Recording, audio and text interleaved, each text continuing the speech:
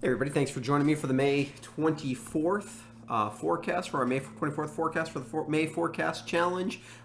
If you're watching this forecast, what are you doing? You should be outside. It's amazing. It's beautiful. Hope you did get a chance to go outside, and hope you're watching this well after the sun's gone down, not live with me here. If you're watching me live, thank you. I appreciate that. But get outside. It's amazing. Yeah, weather has been just spectacular. Today is one of those like perfect Vermont days. It's 73 degrees out was the high. We're still in the low 70s. We're around 70 right now. We were a little chilly this morning, 36 degrees. We'll be a little chilly again tonight. We will cool off pretty significantly as we're very dry out there. So as soon as the sun goes down, we will start to cool off. But it's absolutely beautiful out. Try to enjoy that if you can. Today, we're actually going to have a pretty nice week. So this won't be your only opportunity to enjoy really nice weather. But days like this are just hard to come by. Not that we don't ever get days like this, but they're hard to come by. It's even a little bit of a breeze to push the bugs away if you've been outside. I was looking out the window to make sure it was still a little breezy, which it is. Okay, we didn't have any rain, haven't had any rain in several days, so if you are going to have a campfire or anything like that, just be careful. Because it is dry out there overall. This picture was our picture of the day for yesterday. As I posted this morning on the Facebook page, this says thank you to Eris Proctor for this picture. It's a really beautiful shot. You all have been doing an amazing job of sending me in some great pictures. I really appreciate all of that. It's been a lot of fun. And tomorrow will be the last day you can submit a picture. So then I'll say on Tuesday who won Monday's picture of the day contest. And then also on Tuesday, I will have my kiddos draw for whoever is going to win the sourdough bread. So that'll be something to look forward to.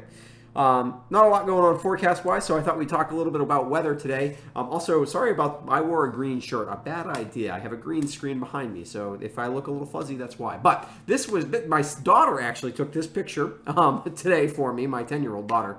One of the things that's fun about being a dad with and being passionate about weather is your kiddos eventually share that passion with you. This is from my backyard. That's called a halo. That's it's actually a pretty common optical phenomenon that happens in the atmosphere. Actually, you can see these on more days per year than you can see a rainbow.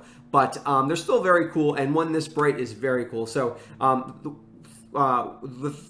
how you know that this specifically is a halo, a sun halo, is that it's at about 22 degrees around, if you looked at the full span of the sky, away from the sun. The way you can tell that is you kind of put your hand up, oops, you can't see how I'm putting my hand up because I'm not pointing at the camera. You put your hand up about an arm length apart, and the halo should be about the size of your hand at that distance.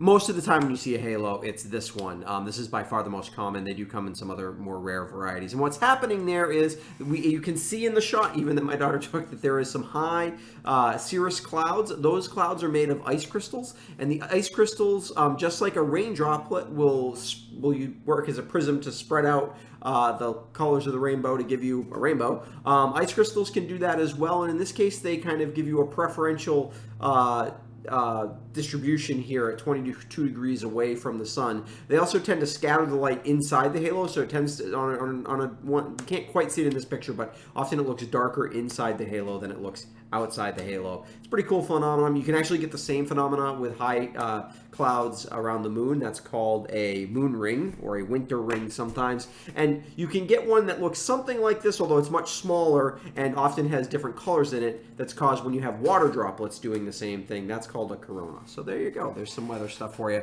Whenever I see nifty stuff, I like to share it with you. Again, these aren't really that rare, but to see them that clearly is not super common. You need the right kind of cirrus clouds in the sky. So what's going on weather-wise? Whoops, not that one. That one. There we go.